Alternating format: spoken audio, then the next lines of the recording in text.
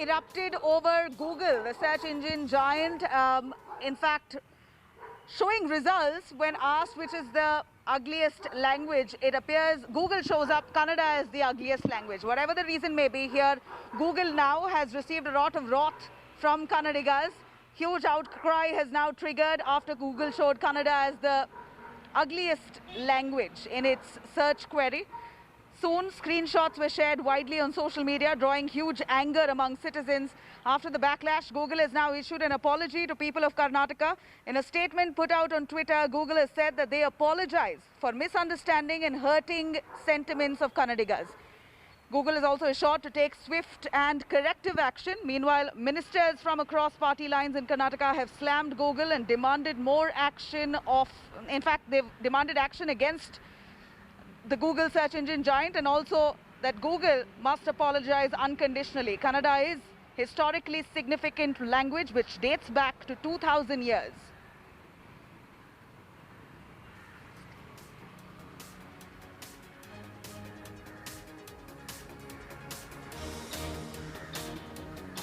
Nobody, much else a company like Google, has any right to insult any language. Kannada, we have our own past history. One of the oldest languages in the world. So Google had no business. So they have done a blunder. Merely apologizing may not help because they have hurt the sentiments of over 6 crore Kannadigas. It has hurt us. So they should go a step forward and they should do something to undo what they have done. Let me quickly cut across to my guest joining us. We have Prakash Belwadi, actor, to give us a perspective here. Mr. Prakash, if you can take us through your sentiment on Google showing up a result that shows Kannada as the ugliest language. Of course, a lot of wrath that Google has received. They've apologized as well. But do you think that Google can just get away with saying that we are just a search engine, we're just an intermediary? Is there no checks that they've got to keep in place, considering they're one of the largest search engines? See, I think Google should do something more. I agree with whoever spoke. I assume it is the minister. I'm sorry, I didn't see the video. I think, Google should, I agree with him. Google should go a step further or several steps further and correct this. If I don't believe that anybody in Google actually would have done this because it is simply stupid. Why would you lose a market of 40-50 million people? I think it's because of the algorithms they have. I'm just theorizing here. Let's assume that somebody, some troublemaker with 100 friends, runs a simple quiz program saying, which is the ugliest language in India. And then, 100 people will reply that it's Google, and it's on a website that Google searches, which would be, I'm assuming, millions and millions of it. And then, so Google's algorithm will put that out as a fact or the truth. And if somebody is firing from Google's shoulder, Google should take responsibility for it. I would like to remind the viewers that it's not the first time. Absolutely, which is precisely why we would say Mr. that under the Section 67 of the IT Act, it clearly holds such platforms responsible for content like this. Their algorithms are supposed to be trained to pick up such kind of activity. If it's showing up Kannada as the ugliest language, there's that kind of activity that's happened. How come the algorithm did not pick that up in time? Absolutely, because it's happened before, and to no person less than Mr. Rahul Gandhi himself, an insulting leading question given as a prompt would yield an insulting result.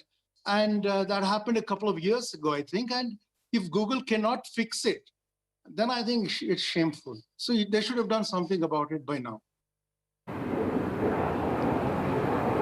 Right, Ms. Belwadi, thank you very much. Let me quickly cut across to Arun Javgal, who's also a pro-Kannada activist, who's done a lot of work towards the upliftment of the Kannada language. Arun, your take on this?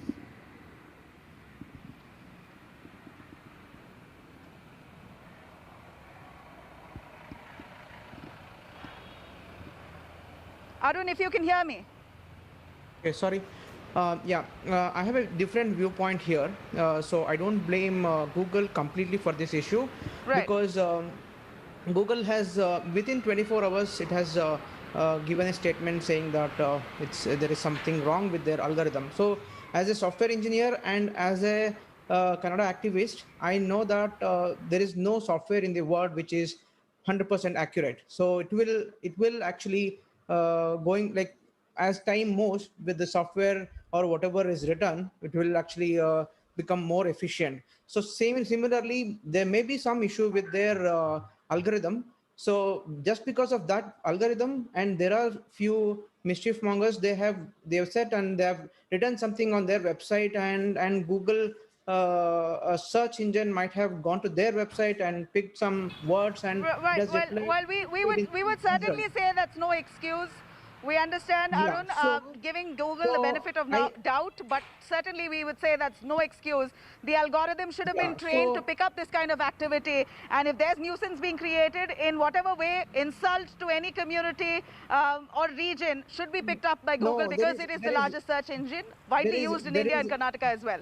There is another insulter. There is a bigger discrimination happened to our language from last 70 years, and nobody is responding to that. I just heard Mr. Suresh Kumar's statement saying that he want something more from Google, but the same Suresh Kumar is not talking when the Indian government went to Supreme Court saying that they are not ready to provide the laws or bills in our language. At that time, nobody from Karnataka, even Suresh Kumar or any other MPs, they did not talk anything. So Google, if you take an example of Google, Google has provided almost all their applications. We can use Google applications in our language. We can use Gmail in our language. We can use Android in our language. But Indian Arun, government websites. Got your point. Thank you very much. Thank you very much. Got it. Thank you very much for joining us with those details on that. Let's quickly cut across to examination tension for many of them within the 12th standard boards. In fact, the CBSE examination, big relief now to students in Karnataka as Karnataka government has cancelled the exams for class 12 and postponed class 10th examination as well. Now, after rounds of consultations with the Education Department and the stakeholders, V.S. Yediyurappa government has now cancelled class 12th examinations. As per the government, all students will be promoted based on marks they got in the previous year in class 11. However, those students who are not happy with the assessment can give exams after the pandemic is over. Exams for class 10 has been postponed until July. Exams for class 10 will take place in third week of July and 2 exams will be held only. According to the government, only 10th and 12th students will be allowed to sit in one room on one bench. Government will provide N95 masks to all the students. Duration of these exams will be 3 hours and only vaccinated teachers to be invigilators. The government has also cancelled second year pre-university course.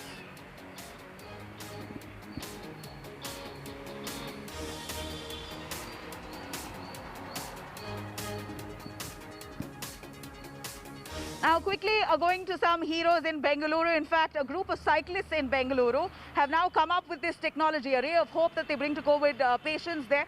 They use an open source software to in fact automate and streamline how exactly they're able to deliver essentials to each one's doorstep. This is Technology Driven Act. Nolan Pinto joining us with this.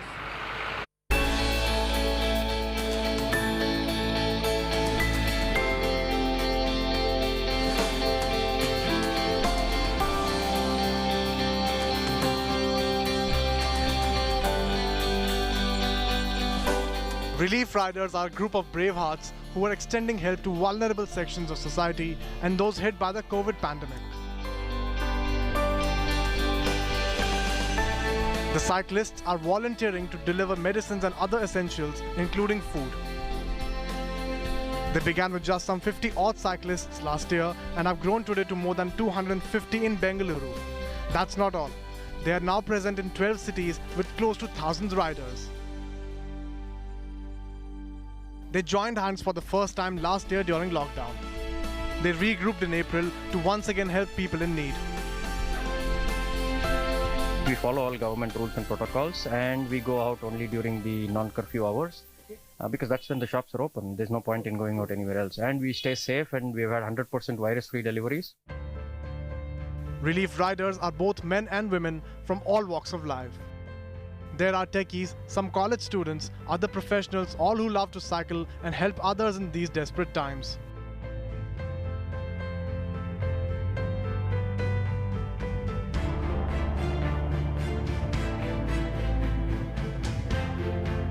Varun, who works in Chennai, came to Bengaluru just before state lockdown and has been here ever since.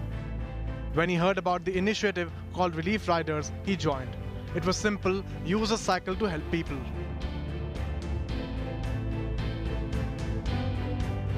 Today, more than just the chance to ride his bike and get fresh air, it has become more purpose-based.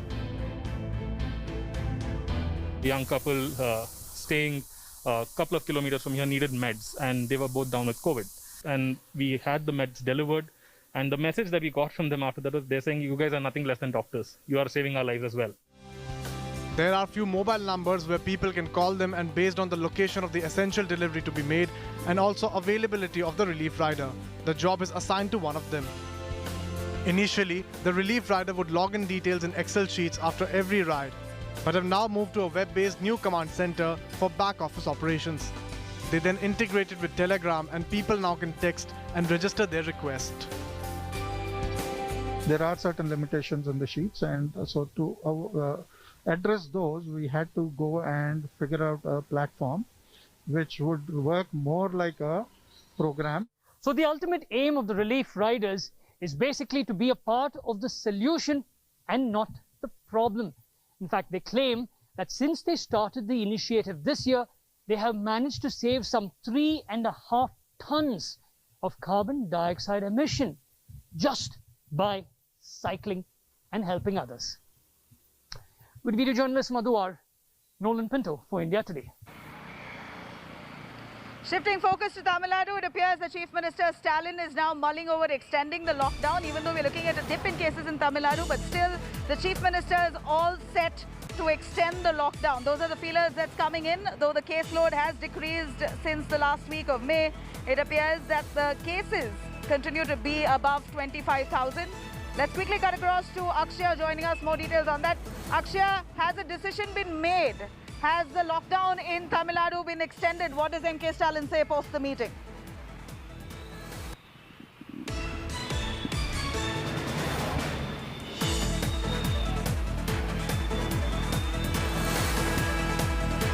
Well, Nabila, we're seeing Akshaya, can you hear me? Stalin, the Chief Minister of State, had a high-profile meeting with officials regarding the lockdown extension, and it is, according to our sources, being told that most of the officials...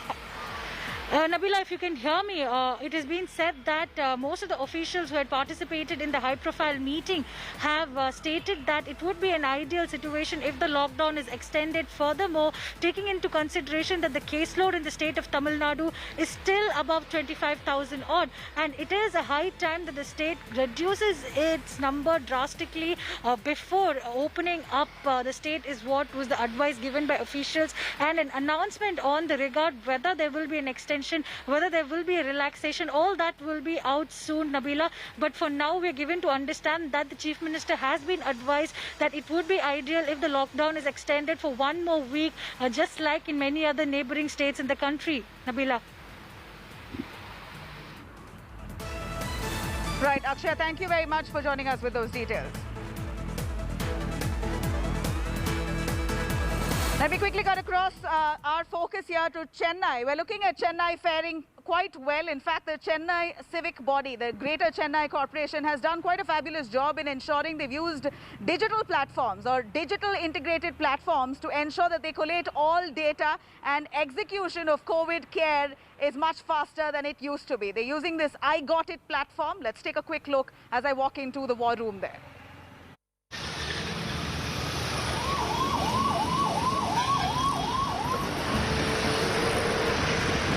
The Greater Chennai Corporation should be given full credit for introducing digital technology to bring the city's COVID task force on one platform for faster execution. This is Chennai City Corporation's high-tech war room, from where they enable the city's 8 million people to fight against COVID. Sitting here, the corporation officers keep an eye on everything real-time, from new cases to vaccination to even distribution of medical kits.